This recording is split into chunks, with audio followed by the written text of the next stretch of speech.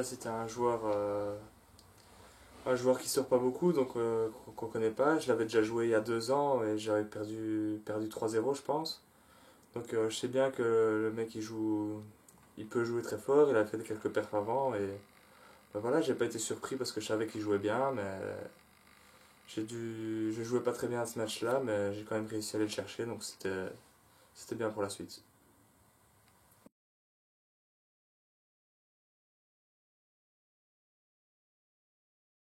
Ben donc ici, je pars en Croatie demain jusque vendredi. Ensuite, j'aurai une dizaine de jours de repos pour ensuite repartir aux universités en Corée début juillet. Et sinon, ben, pour la progression classement mondial, j'ai pas vraiment d'objectif, même si je regarde quand même tous les mois, j'essaie de monter le plus haut possible et si c'est possible, le plus rapidement possible.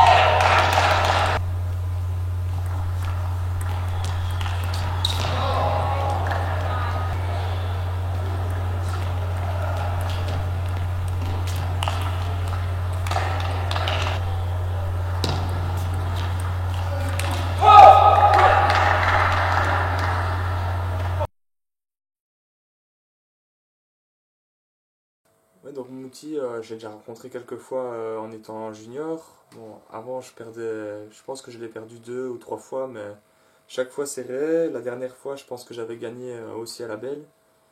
Et puis, c'est un joueur assez.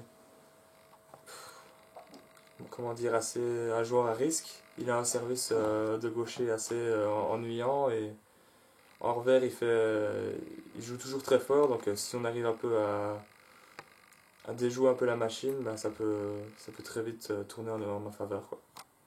Mon état d'esprit avant la finale, enfin, j'ai essayé d'aborder ça comme tous les autres matchs. Je l'ai préparé exactement de la même façon et je pense que je l'ai plutôt bien abordé. Enfin, le début de match était assez compliqué. En étant mené directement dans le premier set, j'ai bien sûr renversé la situation. Et derrière, ben, lui a commencé à devenir nerveux, à faire plus de fautes. Et moi, je jouais vraiment pas mal sur ce match, donc j'étais très content aussi.